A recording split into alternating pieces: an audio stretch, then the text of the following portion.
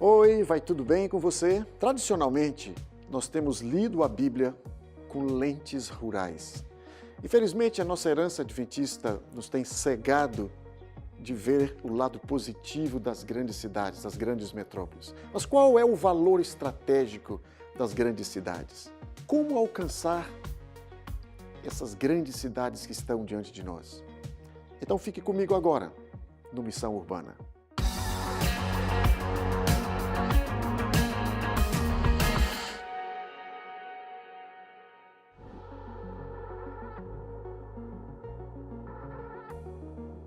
Com cerca de 22 milhões de habitantes na grande área metropolitana de São Paulo, essa cidade abriga uma das maiores diversidades do mundo, com populações da Espanha, Itália, Portugal, Japão, também grande parte de população árabe, de imigrantes que está chegando. Essa cidade exemplifica hoje o grande desafio que é na evangelização dos grandes centros. Mas afinal, qual é o significado estratégico das cidades no plano de Deus? Quando nós olhamos o Velho Testamento, a palavra cidade aparece pelo menos 724 vezes. O primeiro relato está no livro de Gênesis, no capítulo 4, verso 17, quando menciona que Caim edificou a primeira cidade. Ora, Caim matou seu irmão Abel e, não satisfeito com o sinal invisível que Deus colocou sobre ele, ele buscou um sinal ou um local visível de proteção.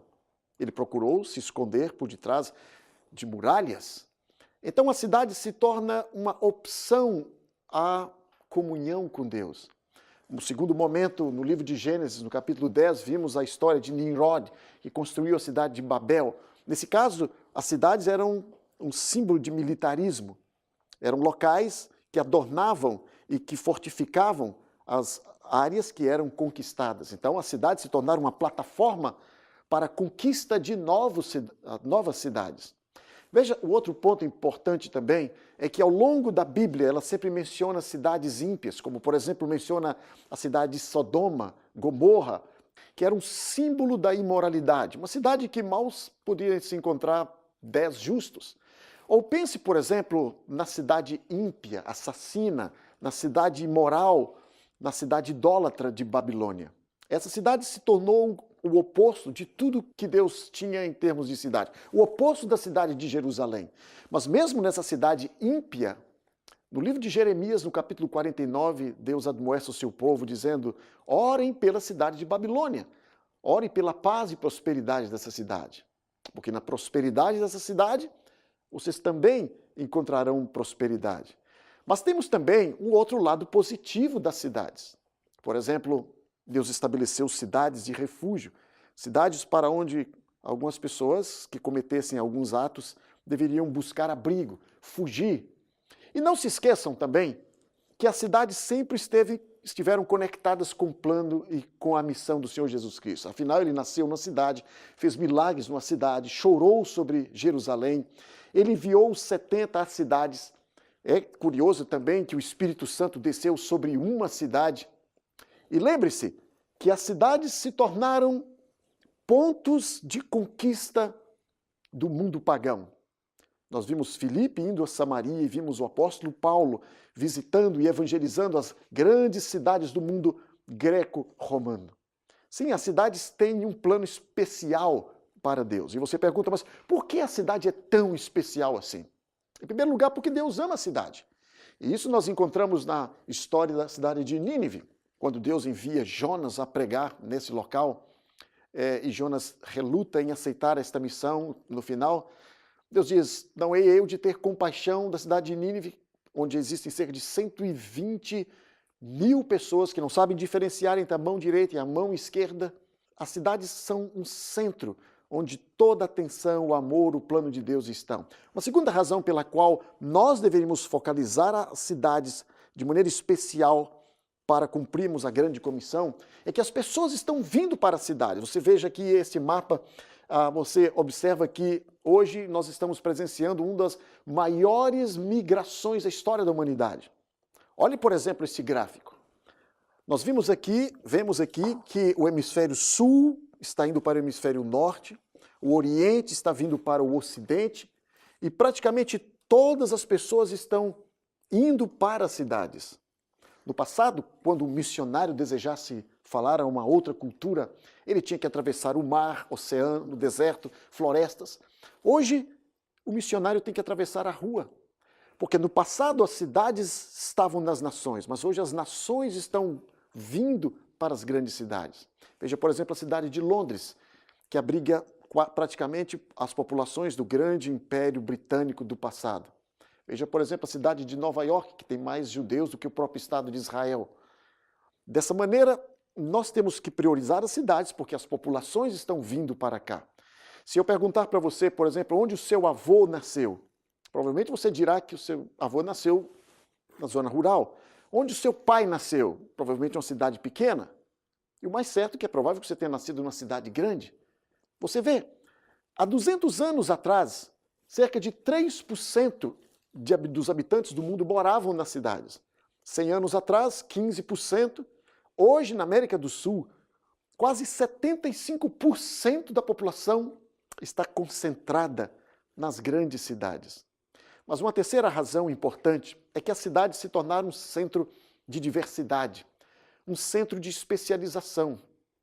Aqui nas cidades, você encontra restaurantes japonês, chinês, italiano, português. Você encontra igrejas católicas, protestantes ou sinagogas, mesquitas. Você encontra uma diversidade de culturas, sinfonias, universidades, tudo isso atrai pessoas. As cidades se tornaram também um centro de especialização, onde as cidades pequenas, as pessoas são geralmente generalistas, mas aqui não, você tem especialistas de praticamente todas as áreas, profissionais de praticamente todas as áreas, e isso atrai pessoas, e isso se torna um centro excelente para a evangelização de pessoas. E um outro ponto aqui é que o que acontece nas cidades acaba acontecendo no mundo inteiro. Toda moda, toda tendência, toda tecnologia, tudo que acontece em Nova York, tudo que acontece em Londres, tudo que acontece em Tóquio, e aqui na América do Sul, que acontece no Rio, São Paulo, acabam influenciando as cidades pequenas. Assim que, evangelizando as grandes cidades, torna-se mais fácil evangelizar as pessoas das cidades menores. Agora, notem que uma quarta razão pela qual é tão importante evangelizarmos os grandes centros é porque nós temos orientação profética em cima disso. Como eu disse para vocês, a nossa herança, a nossa origem foi na zona rural. Mas com o passar do tempo, Ellen White previu esse grande desenvolvimento das grandes cidades, esse grande programa de urbanização. E ela aconselhou que a igreja deveria fincar marcos, deveria se estabelecer de maneira mais firme nos grandes centros. Foi por isso que, a partir do ano de 1910, ela escreveu algumas coisas como: o trabalho nas cidades é a obra essencial para esse tempo. E quando as cidades forem trabalhadas como Deus deseja, segundo ela, o resultado será o pôr-se em operação um poderoso movimento como nunca foi testemunhado. Ao longo do tempo, a Igreja Adventista experimentou pelo menos 2 modelos de trabalho nos grandes centros. O primeiro modelo foi realizado pelo famoso médico Dr. John Harvest Kellogg, médico do famoso sanatório adventista de Battle Creek. No ano de 1893, ele e os seus médicos foram à cidade de Chicago e ali organizaram uma grande força-tarefa, onde havia ações como, por exemplo, casa de repouso para operários, hospedagem a baixo custo, distribuição de roupas para pessoas pobres, sem teto, uma casa de repouso para mães solteiras, havia uma agência de emprego, uma série de atividades aconteciam ali. E uma característica especial da ação do Dr. Kellogg é que ela era concentrada unicamente em ministério social, não havia pregação do evangelho.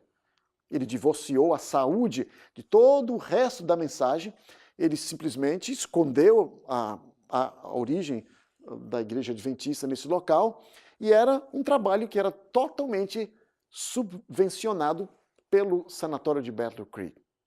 É desnecessário dizer que esse modelo não foi autorizado por Ellen White. Ela reprovou essa maneira de trabalhar nos grandes centros. O papel da igreja não era unicamente o trabalho social.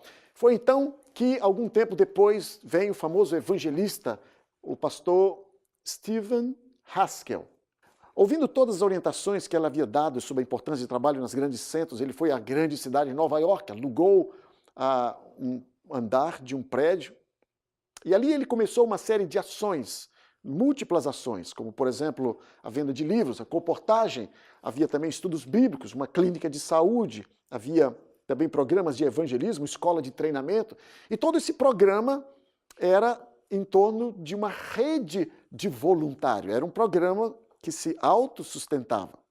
Esse trabalho do pastor Haskell não pregava a salvação pela comida de Kellogg, mas era um trabalho que envolvia uma série de atividades. E esse trabalho, essa ação, esse primeiro centro de influência adventista nos grandes centros, ele se tornou uma espécie de modelo do que deveria acontecer nas outras grandes cidades do mundo. E quando nós olhamos as grandes cidades do mundo, a gente quase desanima ao ver o grande desafio. A grande variedade de classes, de etnias, de grupos sociais, de segmentos que precisam ser alcançados nessas grandes cidades. Vejam, por exemplo, algumas das poucas comunidades que nós identificamos apenas aqui na cidade de São Paulo.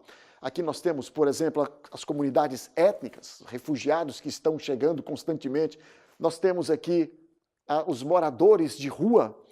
Nós temos aqui também um outro desafio que são os dependentes químicos.